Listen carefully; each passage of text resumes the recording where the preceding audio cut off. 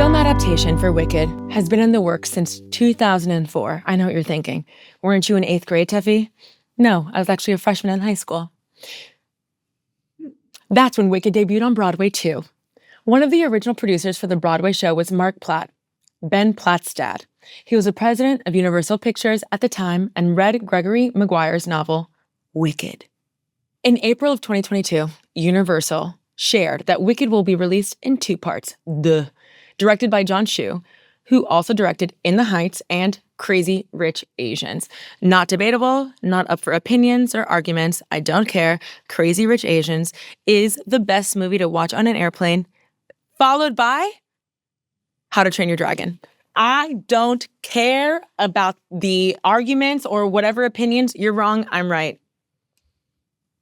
If you're right, let me hear you make some noise. That's what I thought. It's silent. Ariana Grande's audition process was years and years in the making. After her first audition for John Chu and Mark Platt, Ariana was asked to come back without her eyeliner, foundation, and high ponytail. That's my fucking nightmare. Take my thumbs. No eyeliner. Take my thumbs. She sang for both roles, even though she clearly wanted Glinda. The studio had some concerns that Ariana had not carried a movie this big before, and that being a pop star wasn't going to be enough for her to land the role. Please. Wicked was the first Broadway show Ariana Grande ever saw when she was 10 years old. And she went backstage to meet Kristen Chenoweth, who's the original Glinda on Broadway. And she told Kristen that day, I want to be Glinda. When Ariana Grande signs with CAA at the age of 18, Ariana told her team that getting this role would be her passion and priority. At a certain point, she makes it like a group project, right? So she starts consulting other people auditioning for roles in this movie, like Glinda and Elphaba, who I like to call Elphaba. So we're talking Renee Rapp, Dove Cameron, Amanda Seyfried, which I love. It's a strategy I admire. Keep your friends close, but other potential Glindas closer. Amanda Seyfried called that summer one of the hardest experiences of her life because she was playing Elizabeth Holmes in The Dropout and auditioning for Wicked on the weekends. Tefi, yes. Yes, my love. Do you have an impression of Elizabeth Holmes auditioning for Wicked with Defying Gravity? No, I couldn't. It's time to try Defying Gravity. I think I'll try Defying I think I'll try Defying Gravity, and you can't pull me down. Walgreens.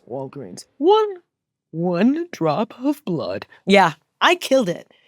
Lorne Michaels, do not call me, okay? I want to be a normal girl. I have no interest in being in SNL unless you ask me very nicely 2 times. In late 2021, Ariana found that she got the role, moved to London, and shot Wicked Parts 1 and 2 for a year and a half. Someone who was not in the Wicked movie was James Corden. Thank God.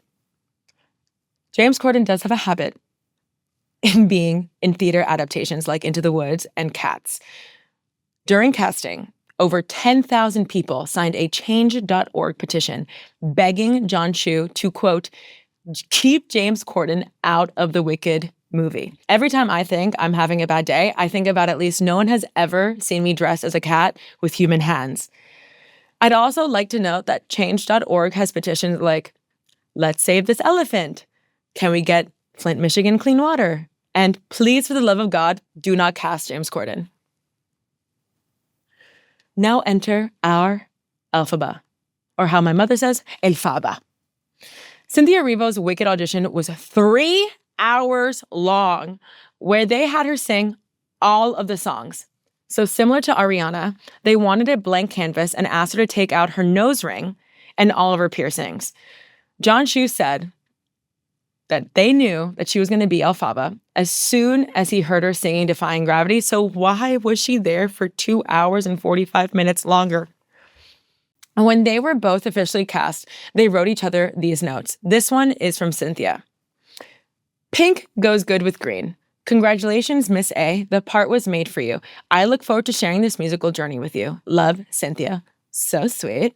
Ariana's note reads, Dear Cynthia, honored with a U. Shake. Honor doesn't begin to cover it. I cannot wait to hug you. See you in Oz. All my love, Ari. Rehearsals began in August of 2022. Ariana and Cynthia sang together for the first time at John Chu's house in front of composer Stephen Schwartz. John Chu remembers knowing that they had something special, and in the room, everyone cried. During filming, Cynthia and Ariana sang their vocals in vivo, live. They sang with no accompanying music on set, which is insane because only extremely talented people can sing a cappella like that, especially in karaoke. Wouldn't you say? Wouldn't you say? For example, imagine you knew someone who worked at your office, who always gave you diarrhea when she ordered your coffee, who could sing, I don't know, Torn by Natalie Imbruglia without music. Can you even fucking imagine? I thought I saw a man brought to life. He was on, he came around, and he was dignified. So Cynthia says that she completely changed the way that she talks and sings to play Elphaba, to which Austin Butler said, oh, so it's okay when she does it. Cynthia's voice was so magical that John Chu said that there were birds on set when Cynthia would start singing. The birds would sing, and when she stopped singing, the birds would also stop. Like a Disney fucking princess. And that is probably a lie. And it is a lie that I love. Speaking of animals on set, something I cannot stop thinking about is Jonathan Bailey's horse. You're nasty. In Wicked. He has a horse in Wicked. And it's the same horse as his horse in Bridgerton.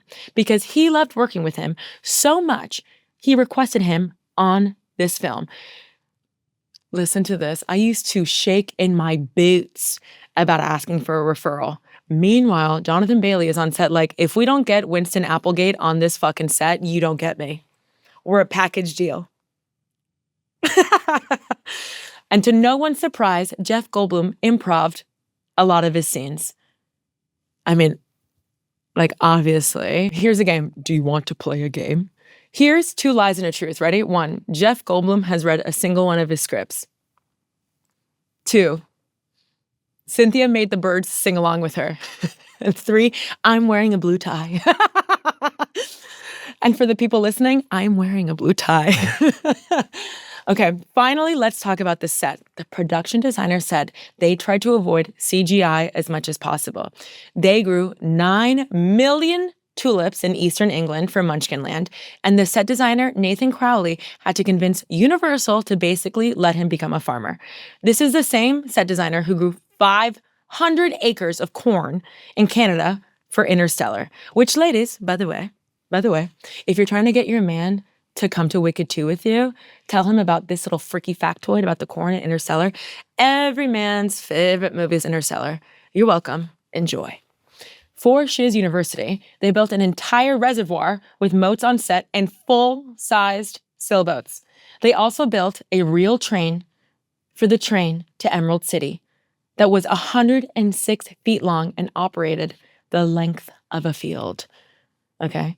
The first installment of Wicked came out November 22nd, 2024, and grossed $750 million worldwide. Part 2, Wicked for Good, is set to be released on Friday. The content of the movie is very under wraps, but here's some of what we know since the play's been out since 2004. Okay, so the second film picks up after Elphaba rejects the Emerald City's darkness and flies away singing, "Defying Gravity." It explores her continuing journey and consequences of her rebellion and the evolution of her relationship with Glinda. And get this, they're not gay. I'm very behind on Wicked news. When I thought this was going to be a gay movie. I'm not saying green is the warmest color here, but I am saying whatever. They have teased a major actor's voice for the Cowardly Lion, and no one can figure out who it is. I think it's Pope Leo. I think Kris Jenner's been trying to broker this deal for years. That's what I think. And while the first movie had all songs that were in the original musical, the second installment will have 2 new songs written by Stephen Schwartz, who is the original guy from the musical, who wrote all the scores, etc., etc. But I have a question to raise Hollywood. Where the frickers is Randy Newman, aka you got a frickin' friend in me, best composer Hollywood's ever seen? To which every straight guy listening to this podcast is like, I think she means Hans Zimmer. To which I say, why are you a straight guy listening to this podcast? Bisexual flag behind me. Wave it. I'm on to you. On to you. Yeah, I'm sure you're dying to see your friends, Hans Zimmer.